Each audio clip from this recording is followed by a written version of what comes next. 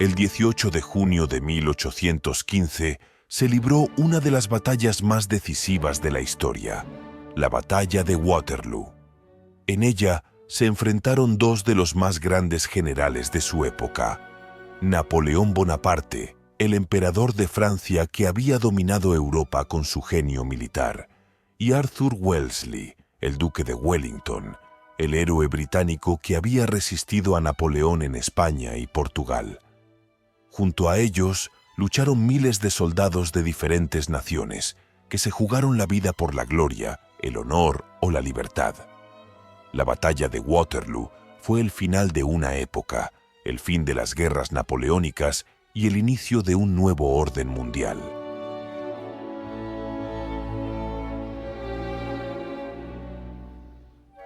Napoleón Bonaparte había nacido en Córcega, una isla del Mediterráneo, en 1769. Desde joven mostró una gran ambición y un talento excepcional para la guerra. Se formó en la Escuela Militar de París y ascendió rápidamente en el ejército francés durante la Revolución Francesa, que había derrocado a la monarquía y establecido una república. Napoleón se destacó por sus victorias en Italia y Egipto, donde derrotó a los austriacos y a los otomanos, respectivamente. Su fama y su carisma le granjearon el apoyo de los franceses, que lo vieron como un salvador de la patria.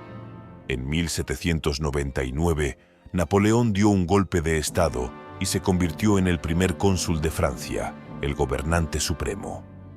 Desde entonces, inició una serie de guerras contra las potencias europeas que se habían coaligado para frenar su expansión. Napoleón creó un imperio que abarcaba desde España hasta Rusia y que incluía a países como Holanda, Italia, Alemania o Polonia.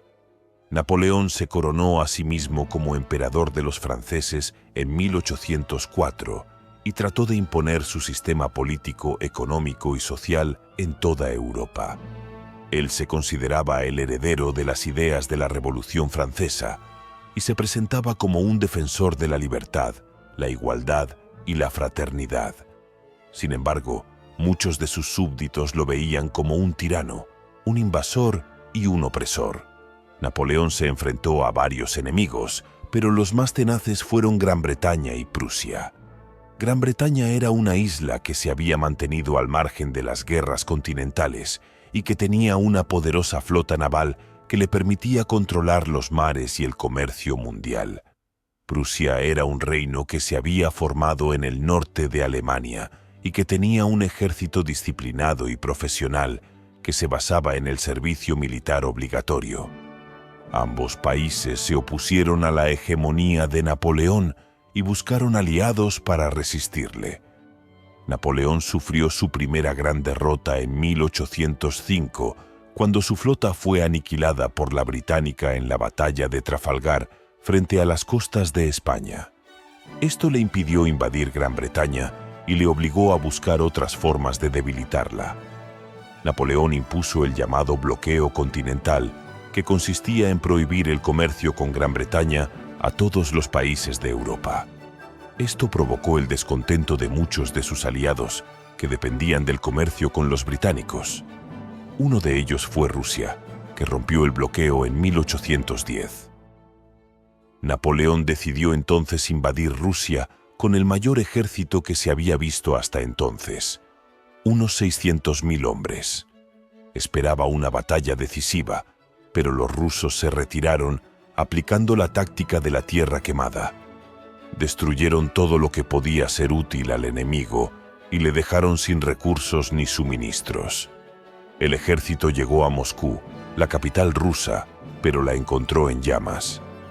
Napoleón esperó la rendición de los rusos, pero esta no llegó. Entonces decidió regresar a Francia, pero el invierno ruso se lo puso muy difícil. El frío, el hambre, las enfermedades y los ataques de los cosacos diezmaron a su ejército, que perdió más de la mitad de sus efectivos. La retirada de Rusia fue una catástrofe para Napoleón, que quedó debilitado y vulnerable. Los enemigos de Napoleón aprovecharon la oportunidad y formaron la Sexta Coalición, que incluía a Gran Bretaña, Prusia, Rusia, Austria, Suecia y otros países más pequeños. Estos países invadieron Francia desde varios frentes y obligaron a Napoleón a luchar en varias batallas. Este resistió con bravura, pero no pudo evitar la derrota. El 31 de marzo de 1814, los aliados entraron en París y obligaron a Napoleón a abdicar. Napoleón fue exiliado a la isla de Elba, en el Mediterráneo, donde se le asignó un pequeño ejército y una renta. Los aliados restauraron la monarquía en Francia y pusieron en el trono a Luis XVIII, el hermano del rey que Napoleón había destronado. Los aliados también se reunieron en el Congreso de Viena, donde redibujaron el mapa de Europa, tratando de restablecer el equilibrio de poder y de contener el nacionalismo y el liberalismo que habían surgido con la Revolución Francesa y el Imperio Napoleónico.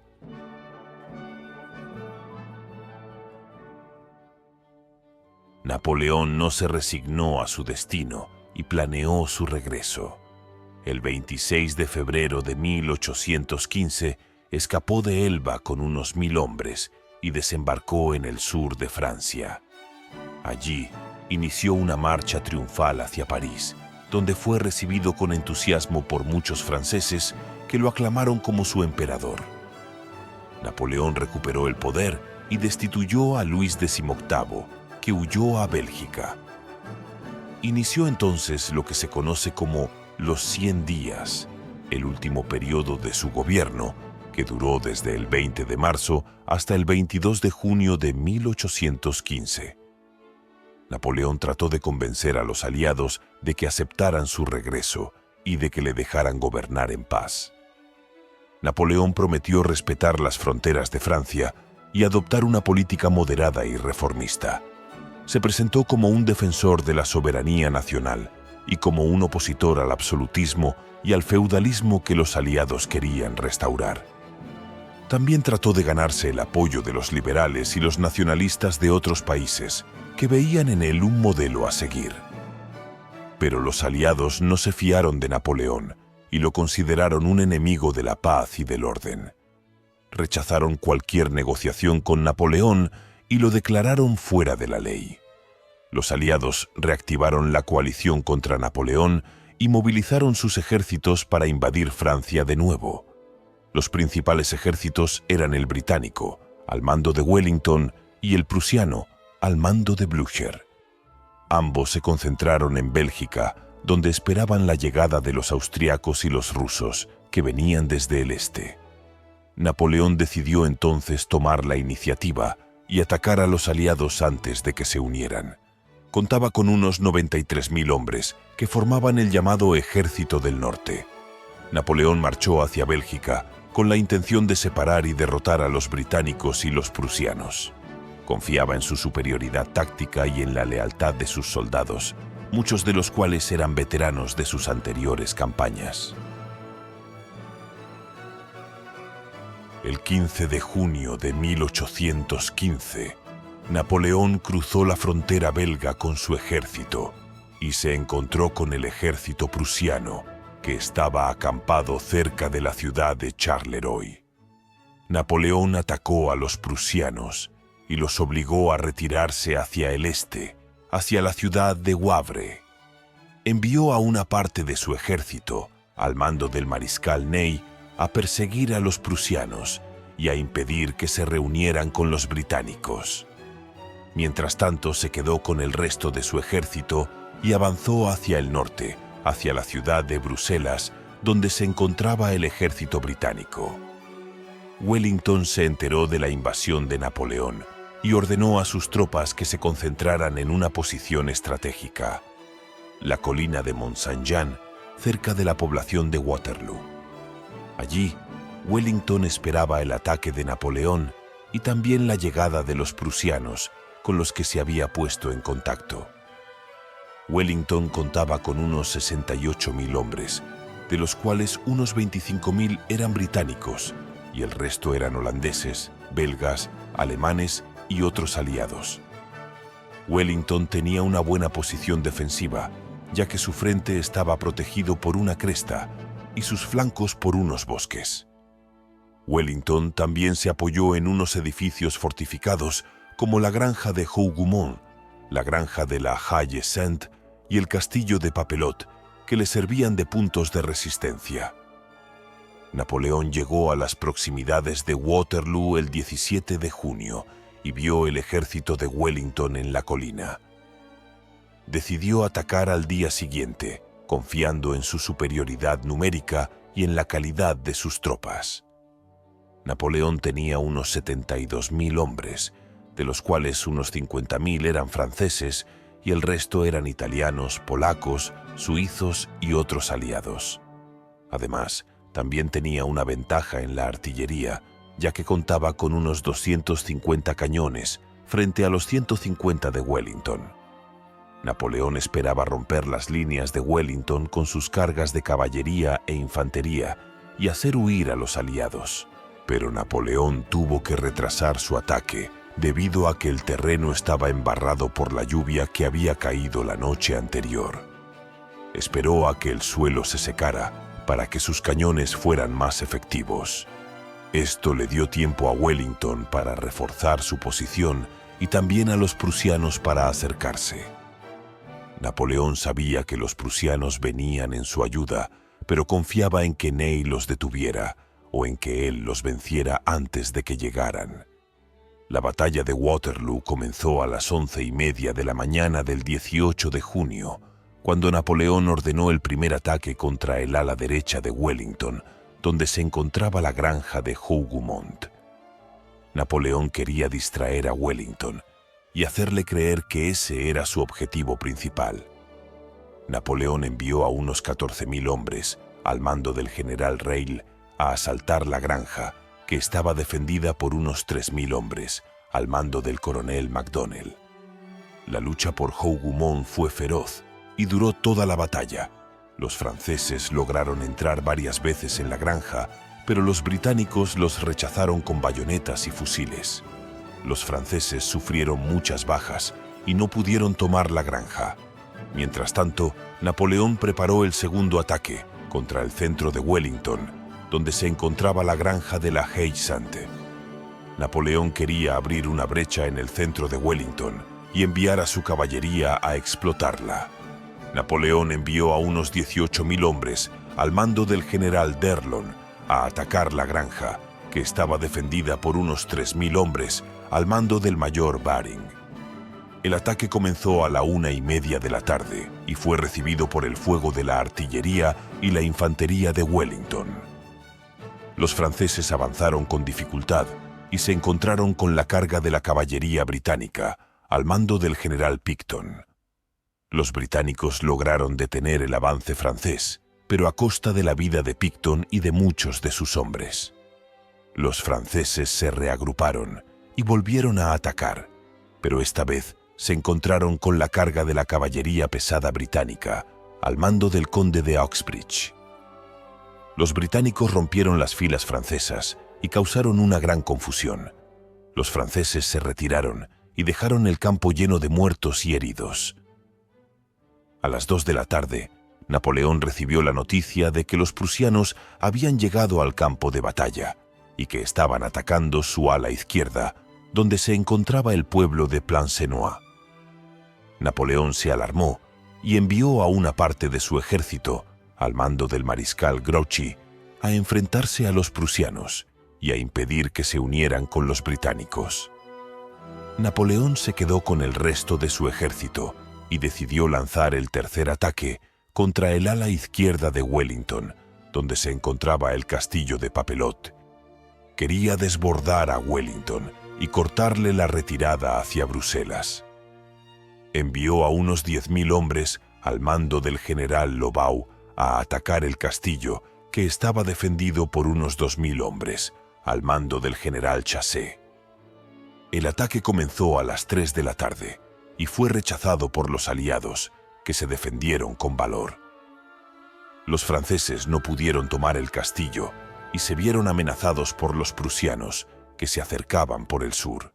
A las 4 de la tarde, Napoleón decidió jugar su última carta y ordenó el cuarto y último ataque contra el centro de Wellington, donde se encontraba la granja de la Haye-Saint. Napoleón quería romper el centro de Wellington y enviar a su guardia imperial, la élite de su ejército, a rematar la victoria. Napoleón envió a unos 9.000 hombres, al mando del general Ney, a atacar la granja, que estaba defendida por unos 1.000 hombres, al mando del mayor Baring.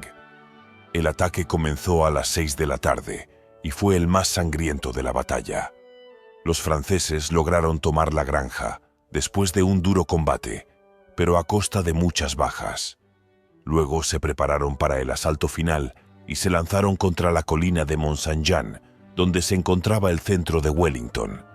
Pero Wellington estaba preparado y ordenó a sus tropas que salieran de sus posiciones y que formaran una línea de fuego. Wellington contaba con unos 30.000 hombres que habían resistido todo el día los ataques de Napoleón. Wellington también contaba con el apoyo de los prusianos que habían llegado al campo de batalla y que atacaban el flanco derecho de Napoleón. Wellington y Blücher se habían coordinado y habían decidido dar el golpe de gracia a Napoleón. Los franceses se encontraron con el fuego cruzado de los británicos y los prusianos, que les causó muchas bajas. Se vieron rodeados y no tuvieron más remedio que retroceder. Los británicos y los prusianos los persiguieron y les infligieron más daños. Los franceses se desmoralizaron y se convirtieron en una masa de fugitivos. Napoleón trató de reorganizar a sus hombres y de hacer frente a los aliados, pero fue inútil. Napoleón se dio cuenta de que había perdido la batalla y trató de escapar. Montó en su caballo y se dirigió hacia el sur, hacia la ciudad de Charleroi. Iba acompañado de unos pocos oficiales y de su guardia imperial que lo protegía de los ataques de los aliados. Llegó a Charleroi y cruzó la frontera francesa. Luego se dirigió a París, donde esperaba reorganizar su gobierno y su ejército y resistir a los aliados. Pero Napoleón se encontró con la oposición de muchos franceses, que lo consideraban un traidor y un usurpador. Se enfrentó a una revuelta popular y a la deserción de muchos de sus generales y ministros. Por este motivo se vio obligado a abdicar por segunda vez, el 22 de junio de 1815. Finalmente, fue capturado por los británicos, que lo enviaron a la isla de Santa Elena, en el Atlántico Sur, donde lo vigilaron estrechamente. Napoleón murió en Santa Elena el 5 de mayo de 1821, a los 51 años de edad. Wellington y Blücher fueron los vencedores de la batalla de Waterloo y los héroes de sus respectivos países. Se reunieron en el campo de batalla y se felicitaron mutuamente por su victoria. Ambos entraron en París, al frente de sus ejércitos, y fueron recibidos con honores por Luis XVIII, que volvió a ocupar el trono de Francia. Wellington y Blücher participaron en el Congreso de Viena, donde se confirmó el nuevo orden europeo, basado en la restauración de las monarquías y el equilibrio de poder. La batalla de Waterloo fue una de las más importantes de la historia y tuvo consecuencias políticas, sociales y culturales. Esta batalla puso fin a las guerras napoleónicas y al sueño de Napoleón de crear un imperio europeo. La batalla de Waterloo consolidó el papel de Gran Bretaña como la primera potencia mundial y el de Prusia como el líder de la unificación alemana. Además, también influyó en el desarrollo del nacionalismo y el liberalismo que se manifestaron en las revoluciones de 1830 y 1848. La batalla de Waterloo inspiró a muchos escritores, artistas y músicos que la plasmaron en sus obras y se convirtió en un símbolo de la resistencia, la gloria y la tragedia.